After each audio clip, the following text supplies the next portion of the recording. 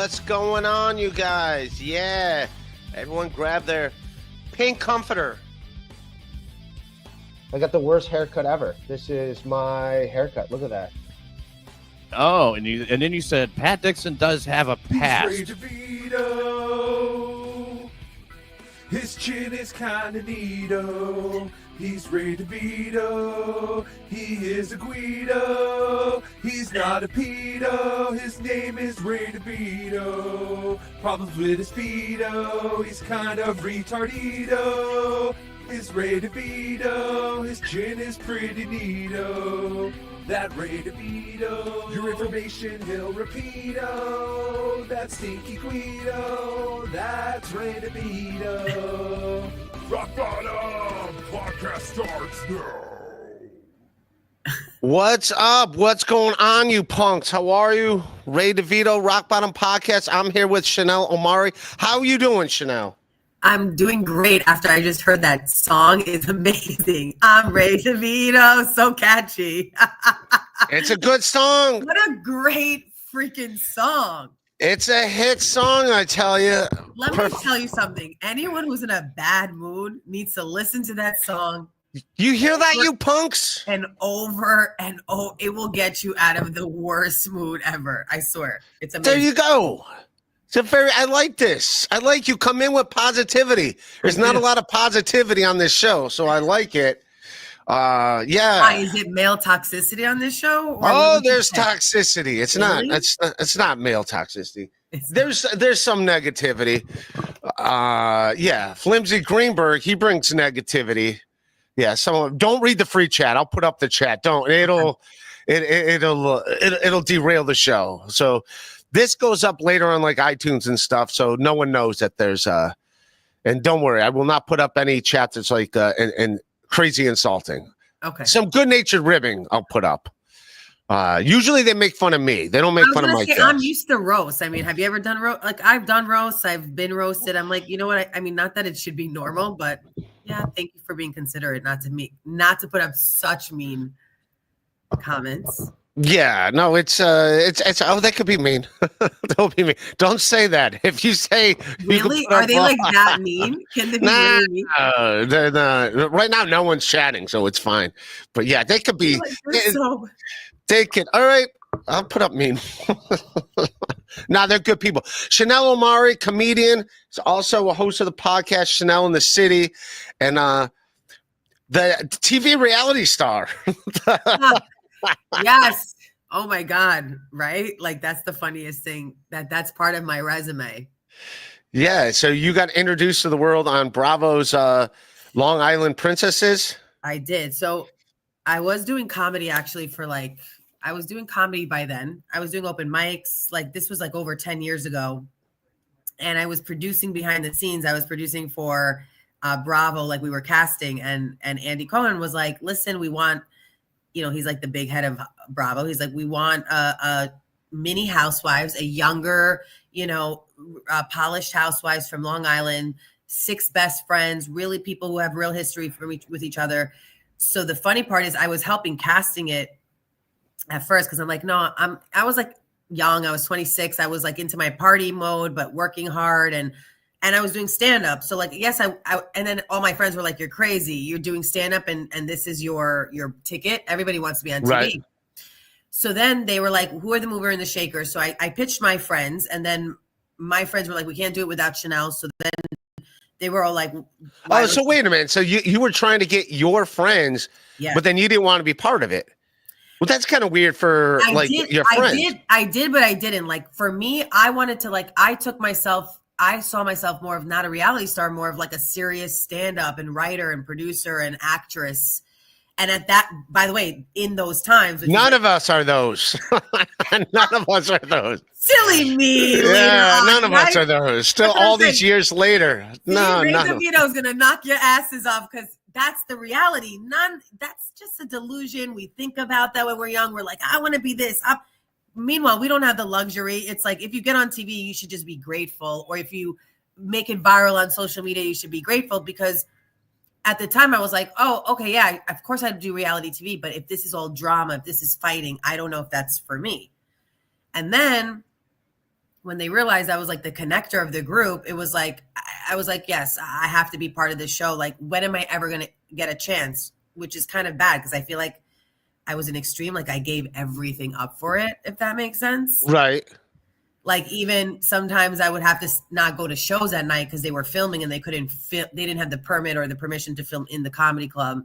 So I would have to like take a back seat, you know, and that was hard for me because I was putting my career on hold in a way, but then doing my career was very weird. But it was also an amazing experience. Okay, so you casted your friends, and then how did you become?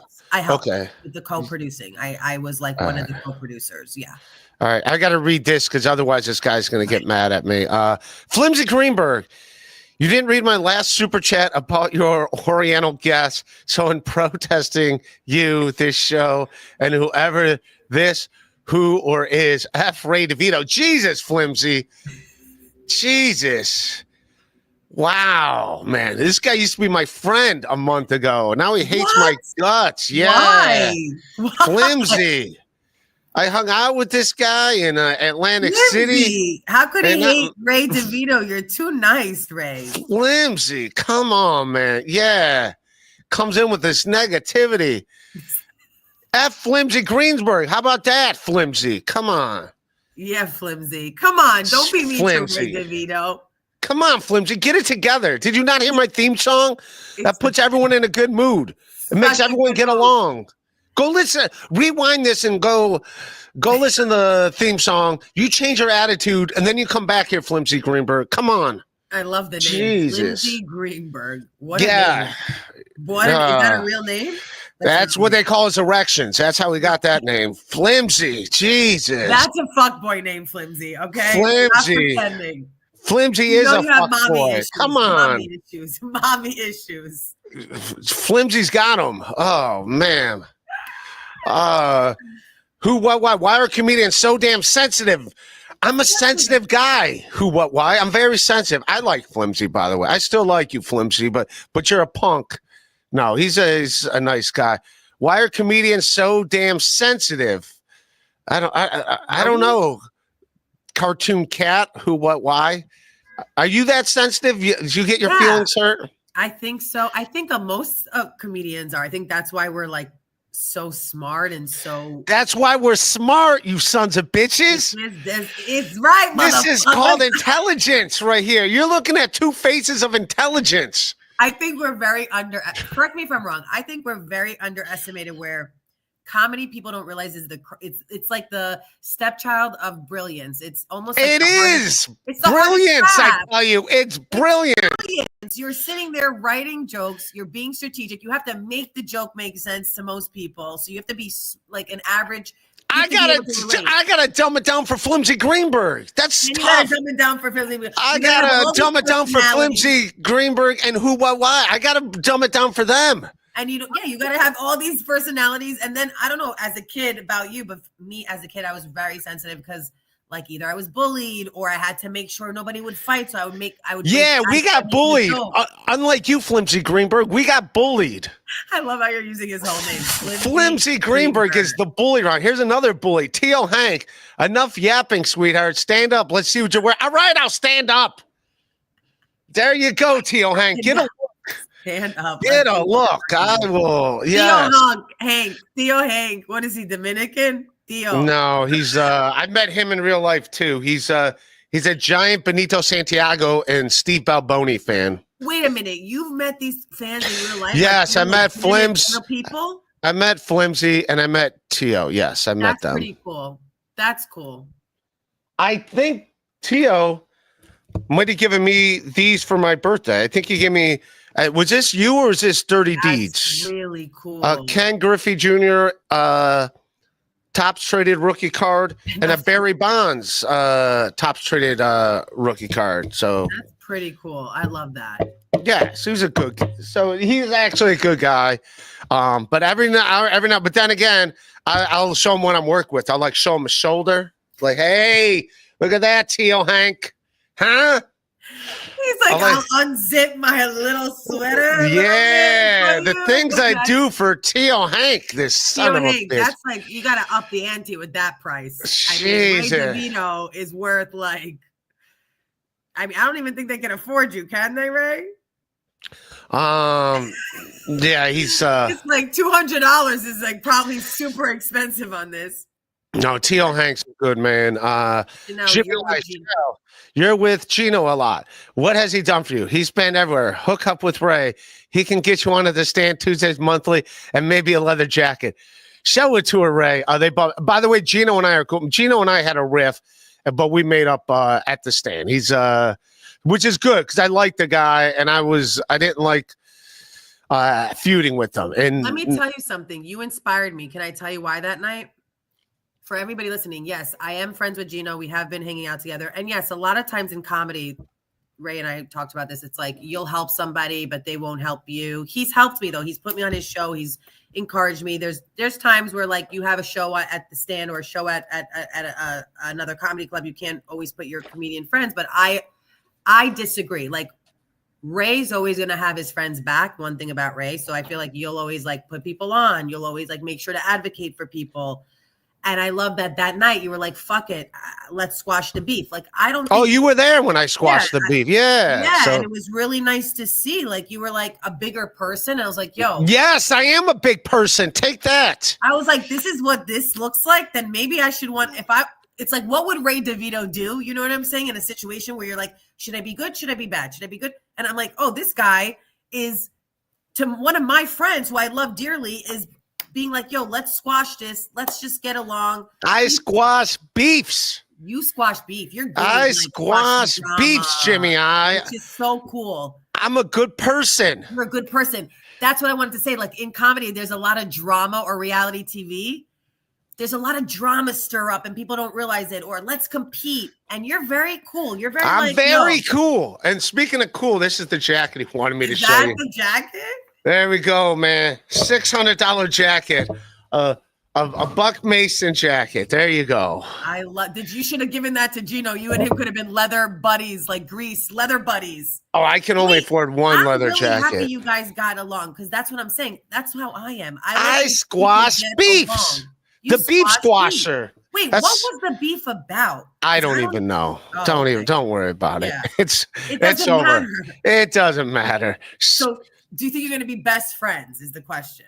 I'll hang out with the guy. He's a fun dude to hang out with. I've always liked hanging out with the guys. Fun. So that was very fun guy. Very good guy too. Italian. I don't know if that makes people good. I'm Italian. I don't know if that's... I just love Italians. I mean, I'm a Jew, but Italians, and I feel like everyone thinks I'm Italian, but Italians in general are like good people, I think, who I've encountered so far. Johnny Carson, who's a good actor. I met him. He was on my birthday too. Hey, Chanel, did you take that jacket off Ray's twerpy friend Eli? Please don't ask Ray about his new jacket. I just showed her that. Wait, Eli, that's hilarious. Eli tried. Well, that's why I got a Buck Mason jacket. Eli was saying he's got a Buck Mason jacket. Okay. And then he was saying how cool it is. And then he was saying, I'm not cool enough to have one. So I took it as a personal challenge. I said, fuck it. I'm going to get a Buck Mason jacket too. So that's why I got it. I got it to compete with Eli. That's hilarious. You guys need to do like a TikTok twinning. That's hilarious. That's hilarious. So wait, did you show him that you can rock it? Yeah. No, he's seen the jacket. He'll tell you too. I am, he just got officially divorced this weekend, so he's very happy. Congrats to him. That's been a long time coming. And I'm a good wingman for him. I've introduced him. Do you guys go out together, like at night? We've what do you call it? We've hung out after shows. He's done well with the ladies hanging out with me a bunch of times. We'll just say that. Me, not so much. I'm just there to bring people together. I'm not hooking up with anyone. I was gonna say, how is that possible? Come on. I'm not hooking up. I'm not. No, I'm my days. I don't know. I'm pretty much. I'm asexual, pretty much. I don't. I gotta really, really like the girl, be into the girl. So also, like, I'm old. I'm old. I'm on antidepressants. I'm drinking. If I'm gonna hook up the lady, what if there's a really no. Rewind this tape back. Let's. I gotta. If I'm gonna hook up the lady, hot girl, I gotta plan it out. No, but wait. What if she throws herself on you? You're gonna tell me. You're gonna be like, I don't know if I like you so much. I'm like, what are you doing next Tuesday? Come to my show, bitches. Yeah. Well, no, I don't mean go to my show. I mean, what are you doing? We'll hang out another night when I schedule it all in. I got a Blue Chew with me. Well, something like that. But then you would do that. You would go on a date if it was scheduled, right? I'm like that. Yeah. I'm like, let's plan it out. Let's do that. So you're not like dying. You're saying to like always be sexual or always with somebody. See, I want to be that way. You're just ready to go whenever. So I was like, let's start it up. Bro. Wait a second. This is hilarious because you're the first guy that I'm admitting to as a straight guy. Like, yeah, like that's the other thing. Women feel too safe and comfortable with me. They don't look at me. No, but you also could. I'm saying I'm shocked because I think you're handsome and hilarious. You have it. There we go. Look at that. The compliments keep coming. But I get what you're saying. Like you literally listed the reasons why you're not. It's not personal, but for me, I fall in love too quickly. I want to be in a relationship. Says a single lady. Let's talk about this. So you on the reality show? Yes. Your boyfriend dumped you on national TV. What was that all about? Did you regret going on the show? Was it worth it? You know what? I don't even know anymore. I sometimes feel like I used to be programmed to tell everyone, like, it was such an experience and I learned about myself. But can I tell you, safe space, like, no, at that moment when he broke up with me, especially on national TV, I was furious with everyone, producers, because I'm a producer. Me too, because like I thought we were cool. Yeah. It's like me trusting you. Imagine me trusting you. A trust fall, and then they don't catch you. Yeah, and I was dating a guy in comedy, and he was your friend, and I'm like, Ray, and I confided in you, and all of a sudden, you're like, Chanel, I got your back. We're best friends. We're buddies. I don't have I'm not picking sides. We come to the stand. All of a sudden you show up with him and you both go against me. It's like, what would anyone do in that? Did the TV show tell him to break up with you? Tell me what happened. I didn't see it. I just saw a clip of it, of you talking about it on like a talk show. All right. So give me the night. What's going on? Long story short, he broke up with me pretty much. We started filming in the summer. So he broke up with me by the summer. And they didn't catch that on film, right? So I was devastated. Okay, all right. So wait a minute. So you were already broken up before they filmed you getting broken up with? Yeah, and then we got back to he tried to get me back, but then what I found out was one of the producers were kind of in his ear trying to get me back so that when we got on camera, he would try to break it off with me again. So that's when you see me in the car being like, I didn't see the scene. I just saw your reaction. I couldn't hear what he said. I can hear what you said. The scene was like, people can rewind it or go on Peacock. They can also go on BravoTVRightNow.com. You can watch it, YouTube it. But basically, the scene was him. Watch the worst moment of my life. Watch me get my heart broken in front of millions of people. It's hilarious. Literally, you know what's so funny? Because I was just on Guys We Fucked and Corinne was asking me about that. What made you humble? And I was trying to connect the dots, and now I feel like I'm articulating. It's like, what made me humble is like, yeah, you just nailed it. Like, try getting your heart broken or your life on national TV for everyone to either love or hate you.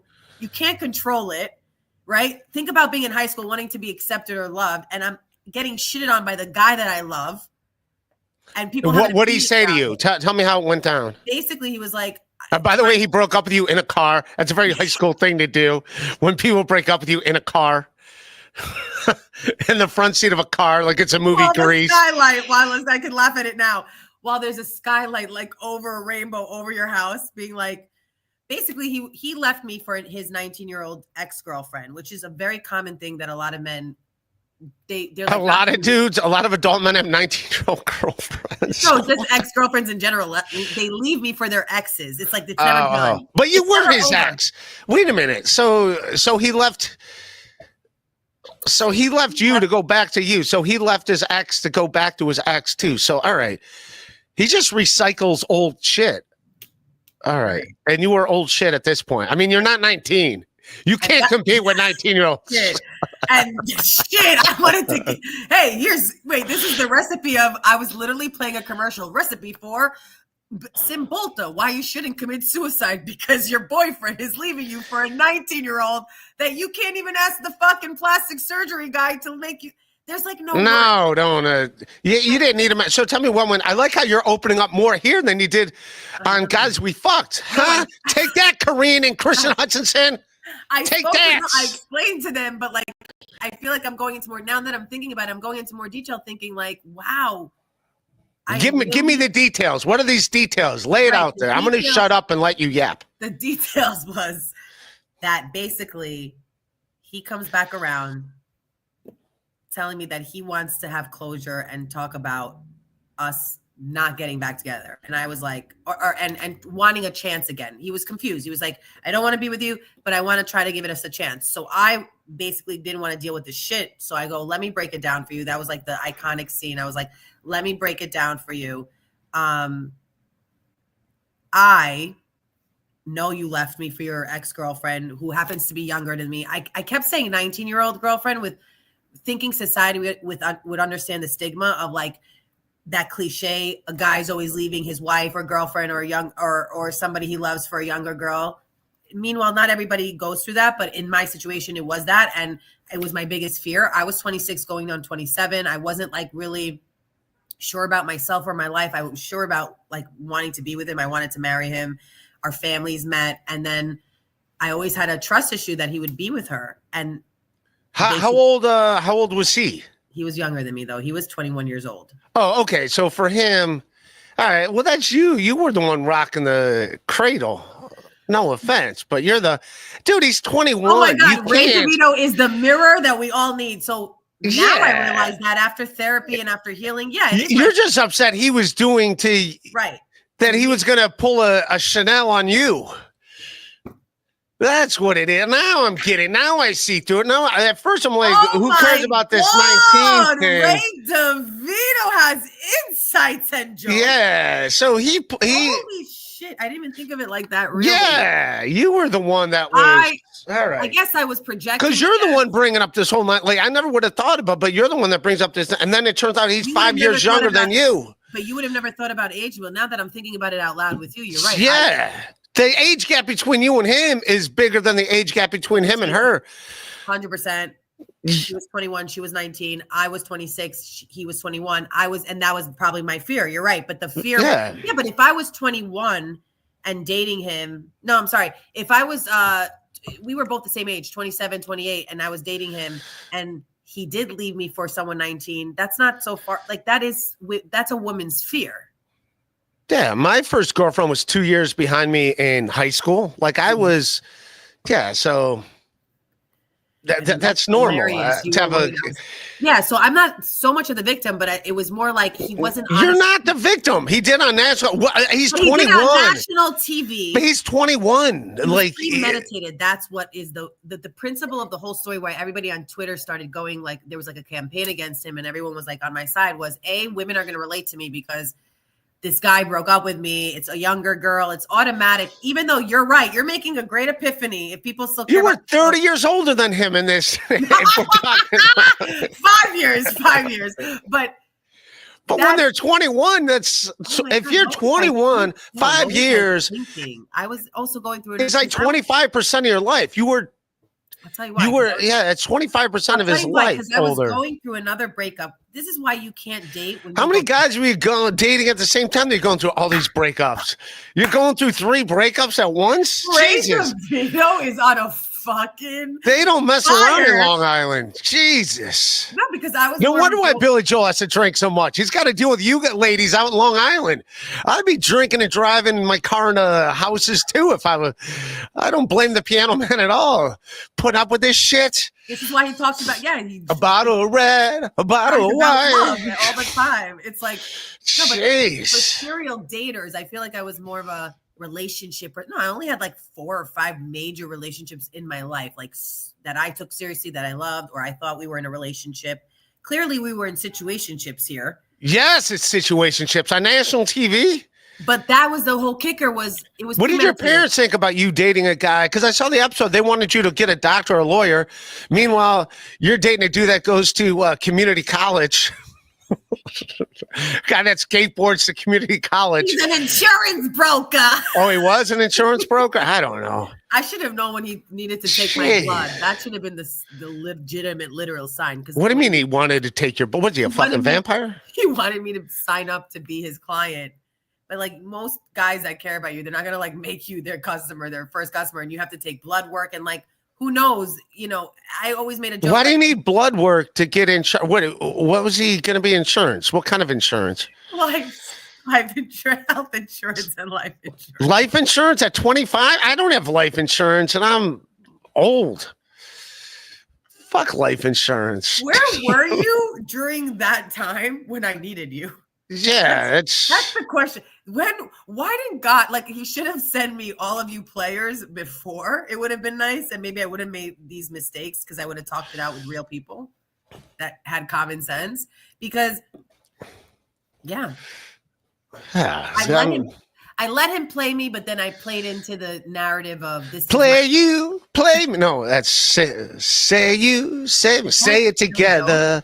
Natural. No, that's Lionel Richie. I'm sorry. I do that on this show. I break off in a song for no reason. It's part of my when it's uncomfortable. When it's uncomfortable, I make it more uncomfortable by singing a song that has nothing to do with anything. Bo Beardington, Chanel, please rate Shuli Edgar's stand-up 0 to 10. Thanks. I don't even think you know who Shuli is. I don't think so. Who is he? Doesn't know. He used to be a producer on the Howard Stern show. Okay, and he does stand-up? He did for a while. I don't know if he's still doing it, but he did for a while. And how did that go? I mean, he does a show where he's infatuated with Stuttering John. He follows Stuttering John around. He really has a thing for Stuttering John. So that's like, I just think comedy in general is pretty hard. So that's just funny. Yeah. That, like, wow, and why did he leave Howard Stern? Do we know? I don't know why he left, but he likes Stuttering. He's infatuated with Stuttering John. He wherever Stuttering John goes, he'll be there. He'll be there for better or worse. He really is into some Stuttering John. Yes. That's amazing. Man, what are you gonna do? Hey, man. Hey, if only someone was as dedicated. I dated a guy who had a stutter, and that was, didn't work. Was it Stuttering John? Maybe. Imagine. Who, what, why? Now I'm glad you spent $700 on that stupid. Thank you, who, what, why? Was it really $700? No way. It just was it vintage? No, it's just what it was, brand new. Chanel, has Ray ever offered you a room for handy? All right, thank you, Shane. Flimsy Greenberg, I just listened to the theme song again. I still hate you, but let's consider it squash. I swear, thank you. You should come with the theme song in a boombox to anybody you've ever had beef with and be like, just listen to my theme song. Just listen to my theme song and just chime in with me. It's so endearing. It's so modest. It's so humble. I love it. I love you. Oh, Jesus. Ray's culture. Hey, Chanel, I knew Ray before brain injuries and criminal accusations. Looks nice. Ray, culture for every once in a while. He's no longer Palestine. I don't even know if I'm going to talk about that, but thank you. Yes. I wish them. I hope they work it out. They work it out. That's my whole thing. Is like I don't want any innocent civilians, Palestinians, Israelis, Jews to get hurt. Yes, they should all listen to my. I also don't want criminals and extreme terror. No one wants a terrorist to come into also to push the divide of this country. That's what I feel is happening. That's all. And anti-Semitism, obviously, it's this whole. Don't you feel a divide even in comedy? I feel. It's all going to work out. I'm going to have them blast my theme song on the Gaza Strip, and everyone's going to be in a good mood. Yo, you got it right. That's a good joke. See, because that's a sensitive joke because you're not like insulting. That's funny. I just want them to get Wait, I along. found the answer to world peace, guys. I got it. To the Palestinian and Israeli conflict. I'm gonna just play my Ray DeVito song and then like play it. I think that's hilarious. They'll listen to my song together, and then they'll be fine.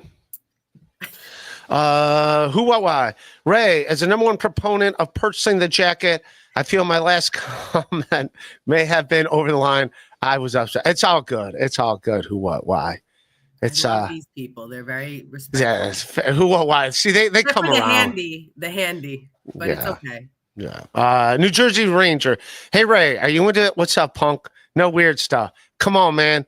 We're not doing Dabbleverse Day. I'll hang out with you for a bit. I love everyone. Thank you, New Jersey Ranger. This is what New Jersey Ranger got me for my birthday. He sent me a Magic the Gathering card. That's so nice. Look at that Magic. This getting the. I do. I have sports cards. This is what I show the women when they come over to my place. I'm like, huh? You like Ken Griffey Jr.? You like Chipper Jones? Does that turn you on? Does that turn you on, honey? Look, I have pictures of men who have money. These men have money. I don't, but these guys do. That's hilarious. Jesus, New Jersey Rangers are good, eh? That's hilarious. So back to you getting dumped on national TV. I know, it's so funny. Isn't that so odd that I don't talk about it? It's almost like I blacked it out now that I think about it, but I don't. It's a big part of my life.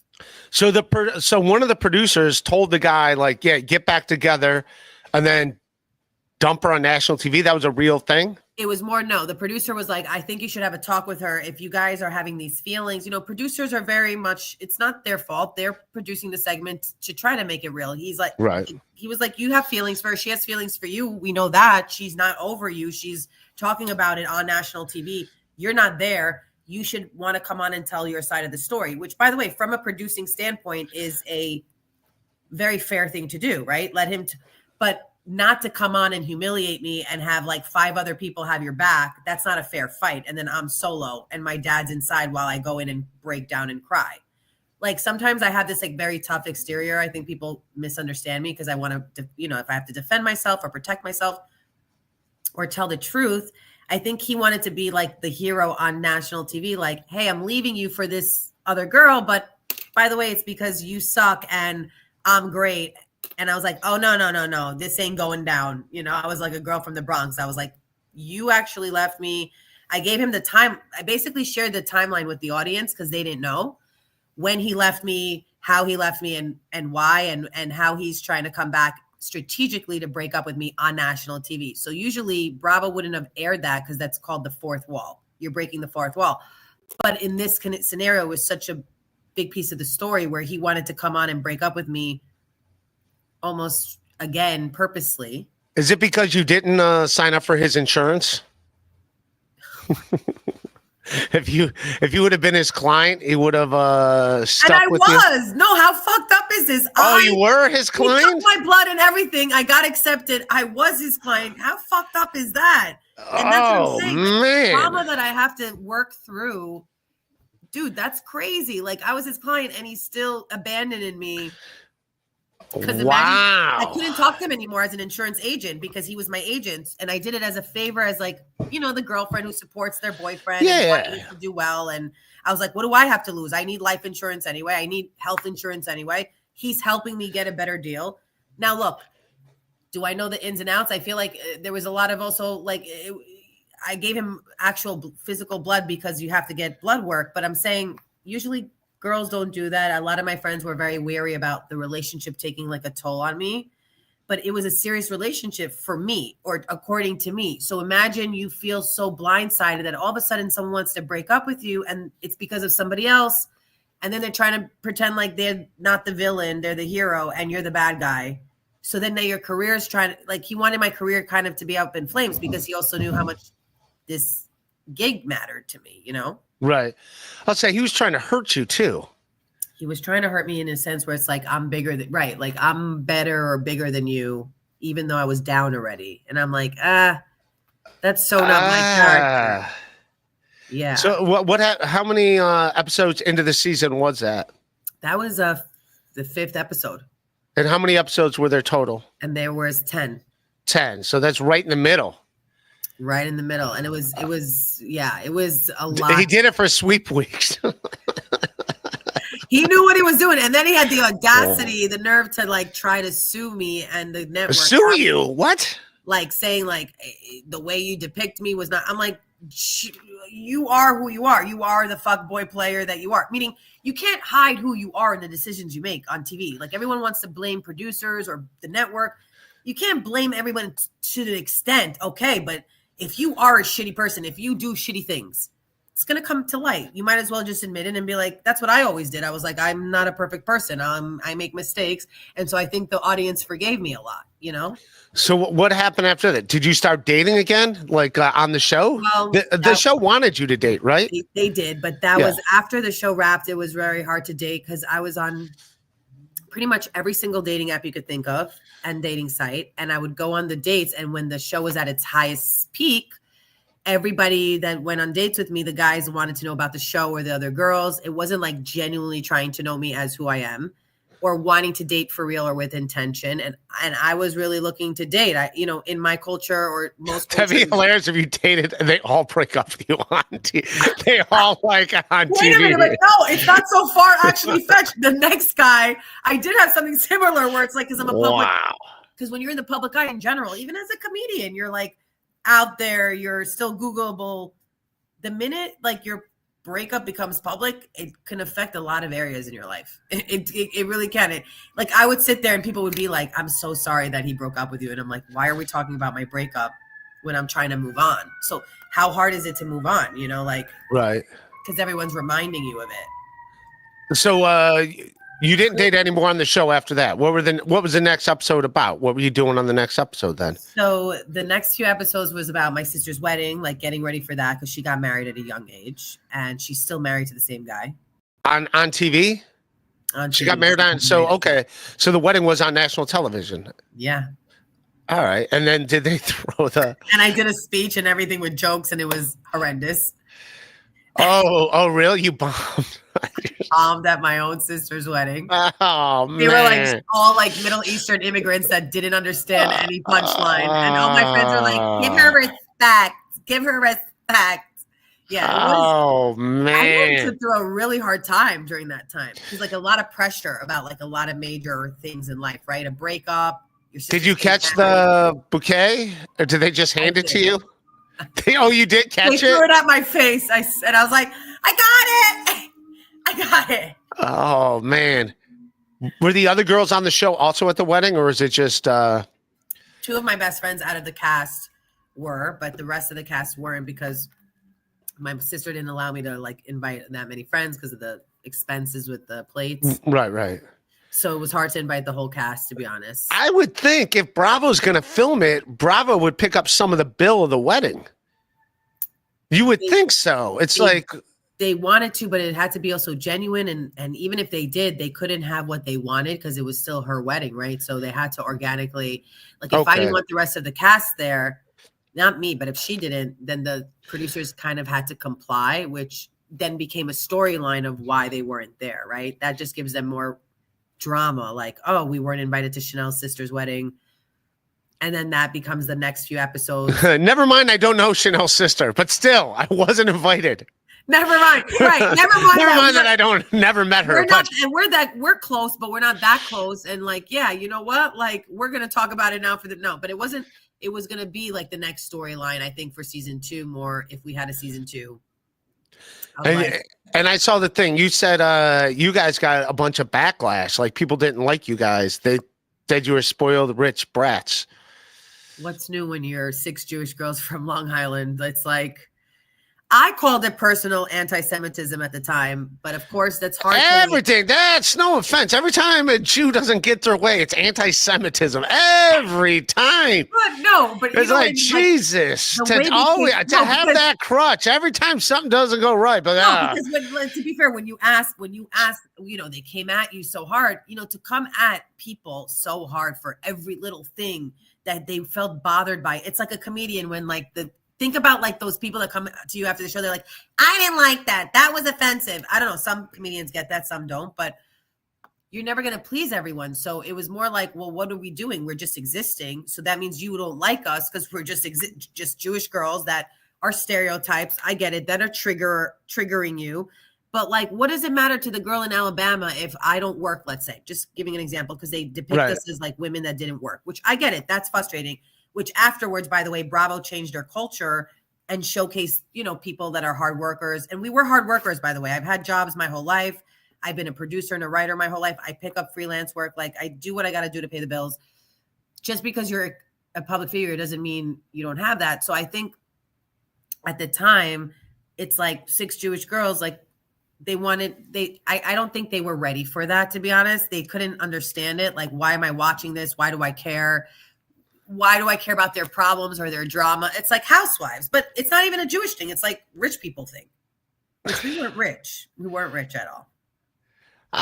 By the way, we weren't. I mean, everyone's rich compared to me, so. I feel like, no, but I'm actually like one of the brokest princesses you'll ever meet. You're going to be like, you were on that show. Like, so what was it like after that then? So what's it like dating now? Where are you at now on dating?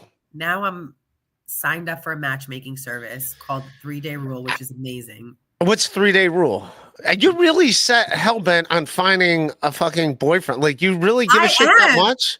I want to be with, like, yeah, I guess I really want to be with someone. It's part of my culture. Okay, fine. But rather than that, again, I wouldn't even know it's your culture. I don't think it's anti-Semitic. No, just because everyone doesn't know every little thing about your culture doesn't make an anti-Semitic. Like, most people I know that are Jewish, I don't even know that they're Jewish unless I didn't even know you're Jewish until you told me. A lot of people don't. A lot you of people were Jewish, think I'm like Italian, not Jewish. But I'm saying I'm also not just Jewish. I'm Colombian. My mom's Colombian. My dad's Israeli. Yeah, so maybe they just don't like Colombians. Maybe it has nothing to do. I wouldn't even know someone's Jewish unless they told me. I wouldn't know. I don't even know what a Jew looks like, huh?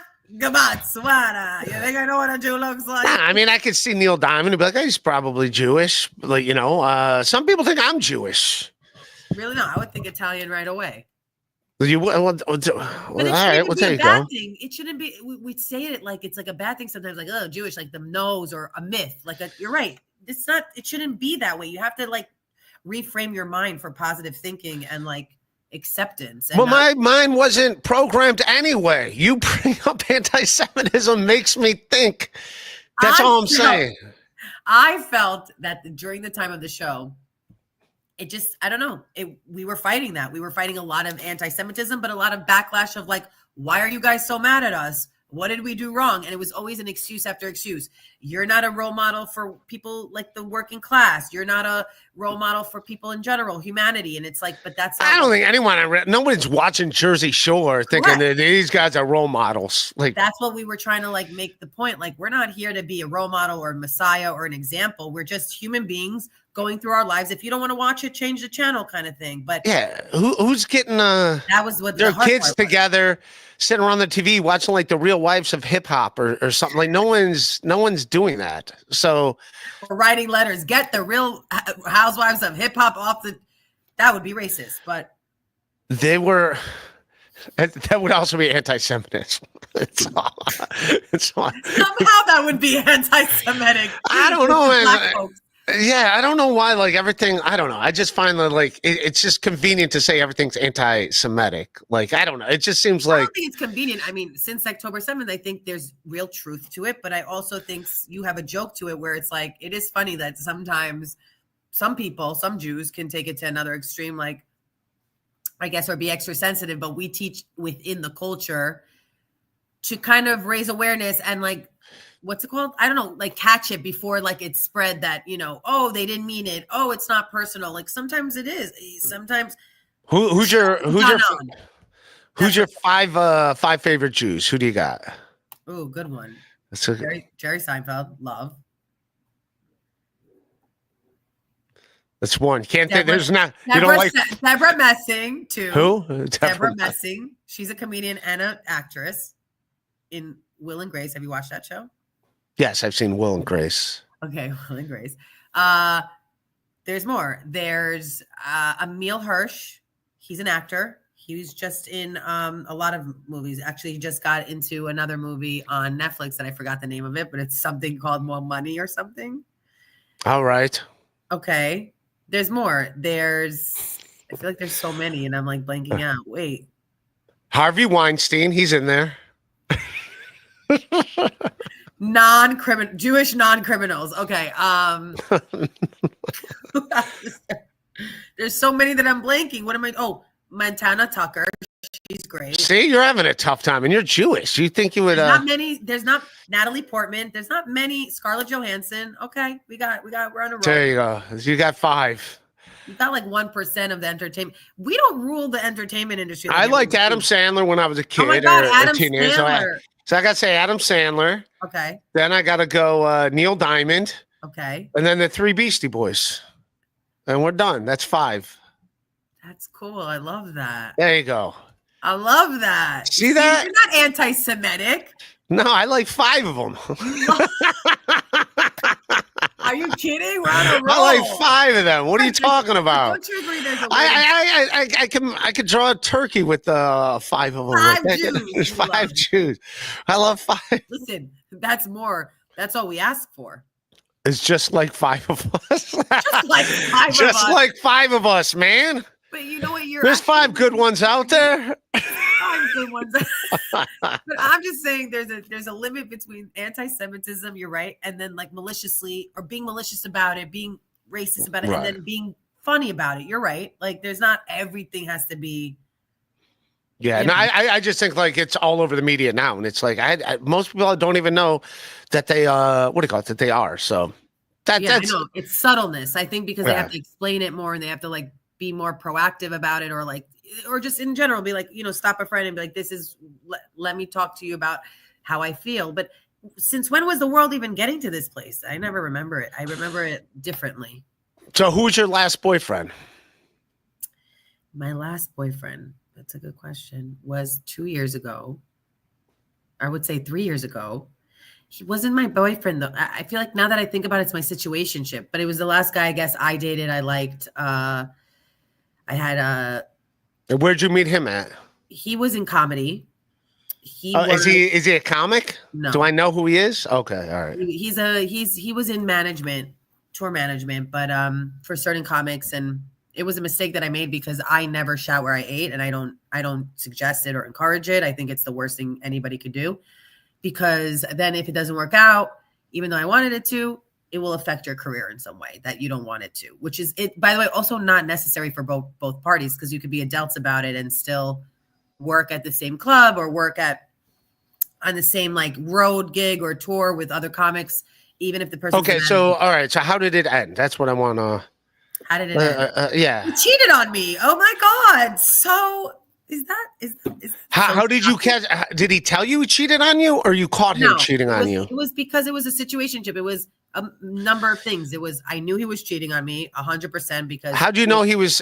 So if he's a red flag. Now here's the deal: if he said it's not serious, then that's not on him. If he's like, listen, this isn't. Of course, he said that so many times. It's casual. We would fight about that, but then when I would express to him that I'm looking for something serious and I want to be with him, he would then cave in. So it was like both of us, where it was like toxic, where he would fight with me or pick a fight because then he would try to be with other women on his roster that I had no idea about, but I would come to find on his roster. I like it. Like he's got a softball team, a league of their own. He's got a league of his own. He's got a league of their own. Well, I had no league. Okay? A league of his own. I had no league. I was like so committed, so loyal, like a loser. Because they said you should have just been happy you were on the roster. You were part of his roster. Here we go. Misogyny at its finest. Ray DeVito, I thought you were a feminist here. Yeah. So you were on his roster. I was on his roster. And you didn't like having teammates. You're right. And that's probably where the real ego comes from. Like, I wanted to be the only one. You didn't want to share the ball. You didn't want to share the balls. I did not want to share those balls. You don't want to share those balls. I did not want to share that uncircumcised D. No, I'm kidding. No, I'm kidding. I'm kidding. Who cares if it's circumcised or not? Yeah. What do you prefer, circumcised or non? I don't care. To me, it doesn't matter. I really don't. All right. You've seen all kinds. I've been dated internationally. I've seen them all. I've seen them all. I don't know if that's racist. Circumcised? No, it's not. I think it's anti-Semitism. I've seen all I think it's all, anti-Semitic what you're saying. I've seen all shapes and colors, my friend. All shapes, and I've seen skies of blue, blue balls too. I've seen Indian guys' penises. Why did you throw Indian? Why did you go right to Indian? I had an Indian boyfriend. I had like a few Indian boyfriends, I feel. Oh, all right. I dated a few Indian guys. Blah, blah, blah. Yeah, I did. That's not bad. They need loving too. They're hot. They got to be hot. They got a hell of a population over there. They're cool peeps, but they also like, it's they don't really like to do intermarriage. Like they like when their Indian boys are with their Indian girls, so I get that. It sounds like a Pet Shop Boys song. Indian boys with Indian girls. I was gonna sing something. Indian boys with Indian girls. Boys with Indian girls. Oh, geez. Come on, man. You're gonna get me canceled. Gonna get me shut down over here. Right, but wait a second. I thought StreamYard was for everyone. What do you mean it's for everyone? Say anything this is on YouTube too. Oh.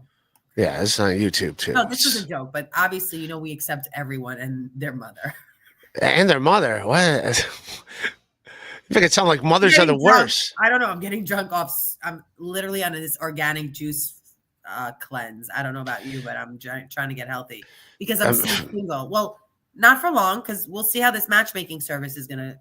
It's a service. You got a team of people working around the clock to find you love. I don't know if that's pathetic. We need more people on staff. We need more people. Shit, when you say it like that does sound pathetic. You have people working. I'm so sorry, but I love this service. No, because they teach you how to date. They teach you how to be confident. They teach you, you get matches. They're working around the clock, and it's still not working out. They got a team of professionals. And you're paying them. You're paying them one after another. That's your roster. Look at all these people trying to. I just wonder sometimes. What is it doing? What's wrong with your personality that none of these are working out, Chanel? I don't know. What do you think it is? I don't know. I think it has to be the psychos that I pick psycho men, though. I do. To be fair, like they're psychotic. They should be committed to. I swear they should be. They're not like the most. Very smart men, very cool, very suave, playboy, have money, all of them. I don't know. I think it's really because I need to pick better men. You have a service picking the men for you.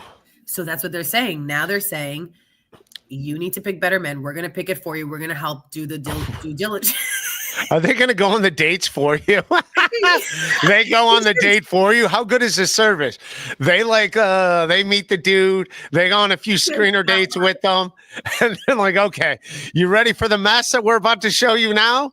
Can you put her together? I can't take that. That's hilarious. This is who we got for you now. What do you got? So I mean, you're right. I think you have a really big point, which is why I'm hysterically laughing. Do you think they'll ever just be like, listen, Chanel, we got nothing for you? I'm scared of that. I swear I said that. We got nothing for you. Wow. We went through everything. Laughter. My good friend who's the CEO of the company, right? Because he helped hook it up. I go, what if this doesn't work out? Like, what if you don't get matches? He's like, it's going to happen. They might get you might have matches. I might find you 3, 4, 5. You might not get along with them. I'm like, what if I run out of money? He's like, that might happen too. Sayonara, bitch. I was like, wait. He's like, and then he said he had your mindset where it's like, why are you coming into this negative? Be positive. But, women have a biological clock, whether you want to think about that or not. And if they have clocks inside their uterus, yes. And then you're just like tick, tick, tick, tick, tick. Like Night at the Roxbury. Yeah. Baby, you don't hurt. But that's the truth. I need to pick better men who want to have a baby with me now and don't feel like that's pressure. So that's what you want. You just want a baby.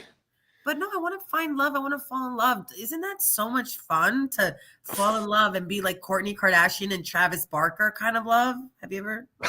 That's when I think of Love. That's not what I think of. Wait a Love second. is Kourtney Kardashian and Blink 182. You know who I'm talking about, though. At least, yeah, you do. You see, you know the pop culture. The drummer from Blink 182. By the way, their music does not age well. I like them, but all their songs. I feel like I always go to their concerts, even as an adult, like once a year. It's so much fun. No, they're good, but I'm saying their music doesn't age well. It's like they're singing about high school pranks and stuff, and it's like you guys are 50 now. Like there's something like Billy Joel songs hold up. There's always going to be Uptown Girls. You're always going to relate to Uptown Girl. She's been living in a downtown or whatever. I think he wrote that song about me because literally I'm uptown. Yes, he wrote that song when 45 I was in my years ago. In my mom's freaking belly. But yeah, I think if this matchmaking thing doesn't work, honestly, I'm gonna give up on love. I really am. No, I really am. I'm not gonna be. I won't date. I'll be like, it's over. It is what it is. But you really want the kid. That's what. Yeah, which I'm working on, by the way. You can have a kid on your own, but then what comes with that, right? Another stigma and stereotype, like she's a single hoe.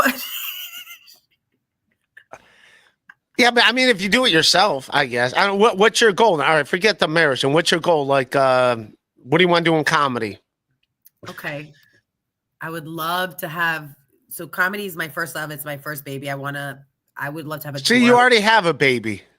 Yeah, but it's comedy. But am I going to give up comedy for a family, or can't I have both? People have both. No, you can't have both. Andrew Schultz has both. You can't have both. You only get one. Well, I would love to I'm be kidding. Right. I would love to be a really successful, like touring comedian, but also, have a Netflix special, also transition into acting where like I'm a movie star, like the big dreams, obviously, but and also a successful podcast, something that like is impactful that people know me for. And they're like, you know what? Chanel Omari is a hilarious stand-up comedian. I can relate to her. You got to go see her. That kind of success. You know what I'm saying? Yeah. And what's Chanel in the City? What are you talking about over there? What's Chanel in the City is about, basically it's a mental health comedy podcast.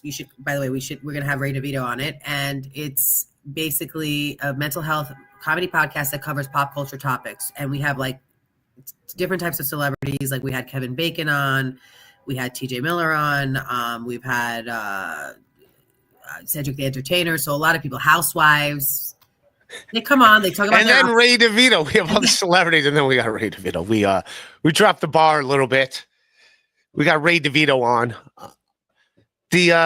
So you do mental health? Are you in therapy? You're frozen. Chanel. You're frozen. I think you got to jump out and come back in.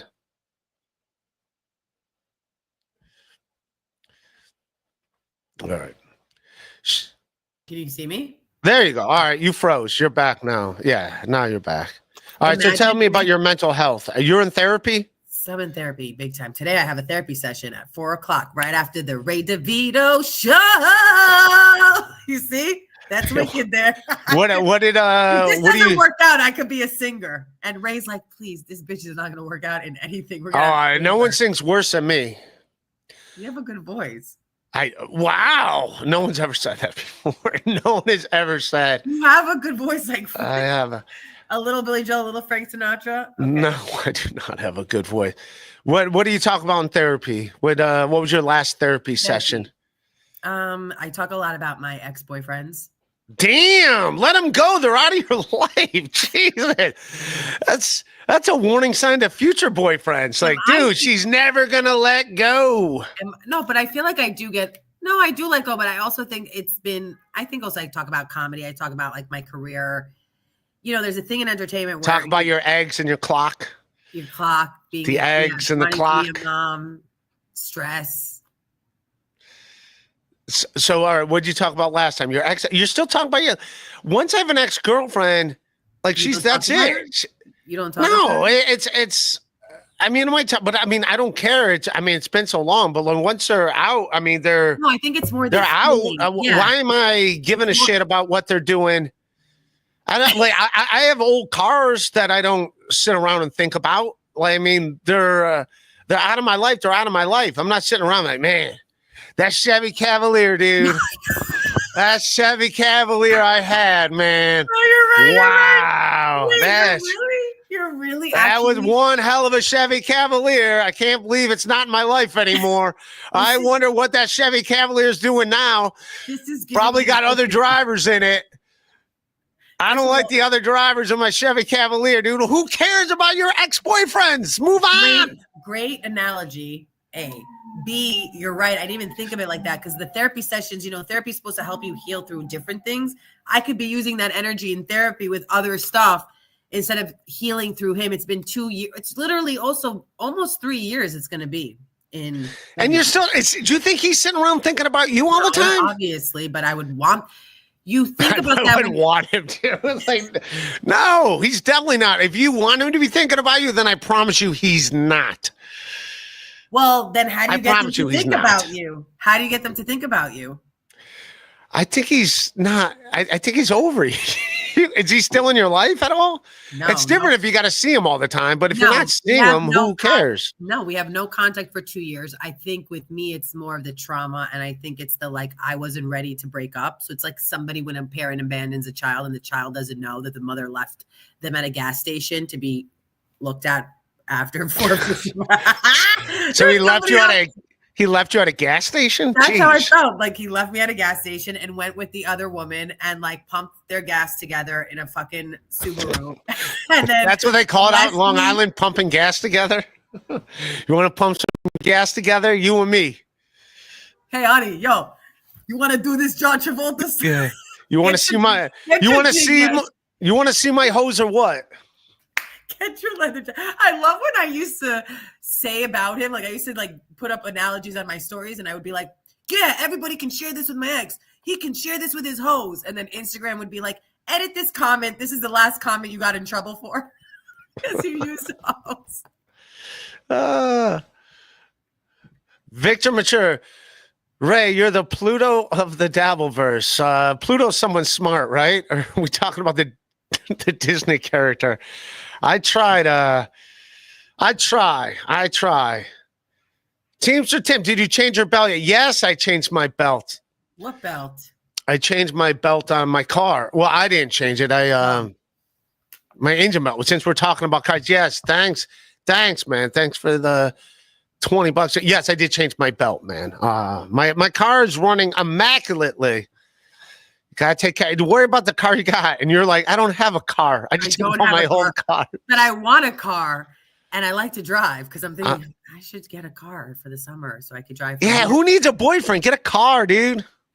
Yeah, but then it's like, what about the sexual stuff? Doesn't other people, or maybe I'm just like, this is why I'm in therapy. I should just talk to her about this instead of you. I should be your therapist, man. I'll figure this out. That's TMI. I'm like, well, why do I? Well, because there's so much that goes into a relationship. Also, like the physical, the like not being alone to take care of only you, which I take care of myself. I'm doing fine, thank you. Yeah, companionship. I mean, don't you miss companion? Do you ever get lonely? I got a treadmill behind me. Did you see my back? Look at my back.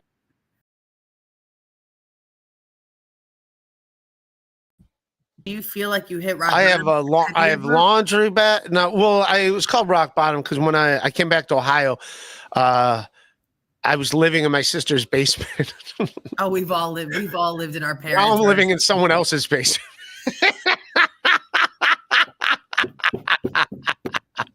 That's hilarious. You're so cute. That is hilarious. I used to live in my sister's basement. I live in someone else's basement.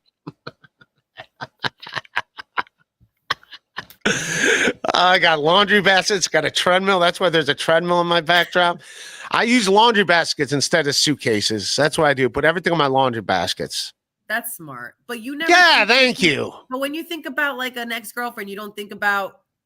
Do you ever get lonely and bored where you're like, I'm thinking about them too much? No. I haven't had a girlfriend in a while, but the last girl I liked, she lived in my building, and it did hurt when I would see her like hanging out with other dudes because it was a constant reminder. Like we were still friends, but at the same time, And in her defense, we were never in like a relationship or anything. It was always like, but I liked her too much just to have that, because it would put me in a bad mood, because I'd be sitting at Snowdonia, and I live next door to there, and I'd see her like walk down the street with that dude, and it's like, it's just, and then nothing that he did or she did. It's just like, you're like, you know.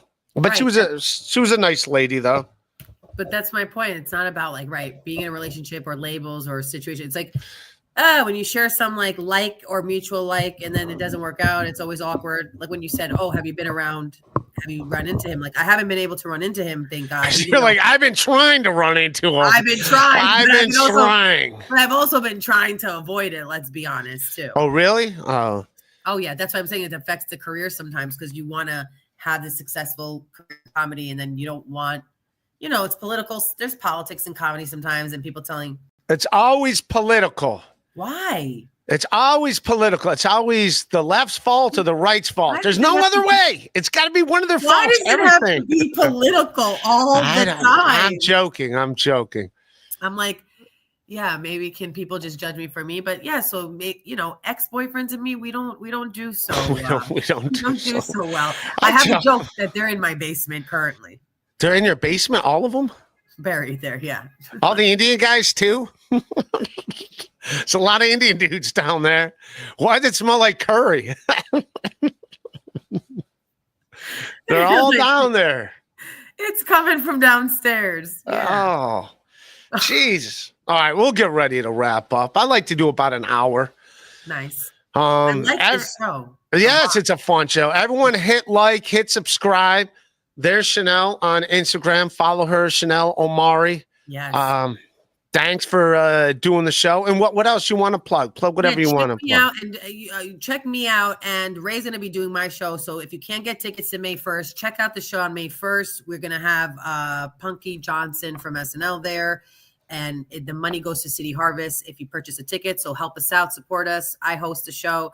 And we have it May 1st, West Side Comedy Club, 9 p.m. We have the next one, June 5th, West Side Comedy Club, 9 p.m. Ray, you're going to be on that one. That's going to be fun. Yay. And we're going to, and we just asked to support giving back through laughter. And then hopefully you guys can tune into my special coming out September 20th, but that's a long way from now. Did you already shoot it or you ready? We're going to shoot it September 20th. And then we're going to hopefully, I'm trying to sell it to a network, but if not, I'm going to put it on YouTube. Okay. What, I was going to, if you're looking for a label to get it on SiriusXM, I could point you in that direction. Thank you. Yeah. And if you want to do an opening for it, because I'm going to need people to I'll probably have 1 or 2 comics on it. Oh, there we go. Maybe get Teamster Tim out there, New Jersey Ranger. Yeah, yo. Flimsy, if he's around. Flimsy. Teal Hank. These are all the people I've met in person. That's so cool. We'll try to get them out there. Yeah, hell These yeah. punks. All right.